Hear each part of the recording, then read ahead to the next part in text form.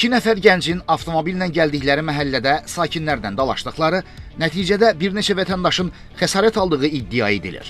Hadisə Gəncədə çoxmərtəbəli binaların yerləşdiyi ərazidə baş verib. Sakinlərin sözlərinə görə, insidentə kənar yerdən gələn gənclərin davranışları səbəb olub. Bu Ağ Nivada tanımadığım şəxs, 2 nəfər oğlan idi.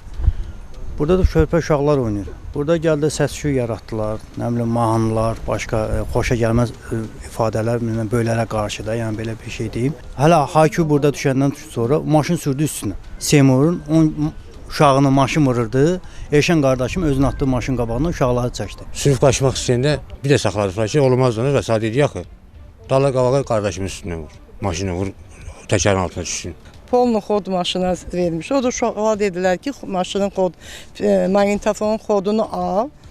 O da dedi ki, yaxşı şey eləyirəm. Sonra maşını yerindən bərk götürdü. Bu da əlini atdı ki, səsini alsınlar, cəmaatın üstünə başladılar sürməyə.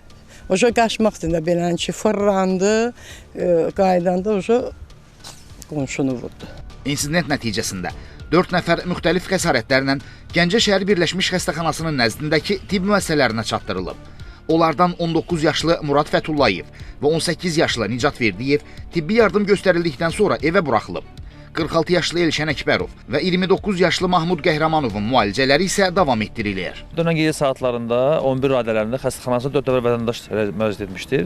Müayinələrdən keçdikdən sonra 79-cu il təvəllüdlü xəstə travma şöbəsinin döş qəfəsinin travması ilə stasionara yerləşdirilmişdir, vəziyyəti stabildir. 96-cı il təvəllüdlü xəstə isə reanimasiya şöbəsinə yerləşdirilmişdir, vəziyyəti orta ağırdır. İnsidentlə bağlı Gəncə şəhər Baş Polis İdarəsində araşdırmalara başlanılıb.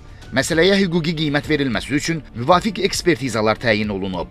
Rasim Əziz, Yusif Kərimli, Fərruh Qafarov, Xəzər xəbər.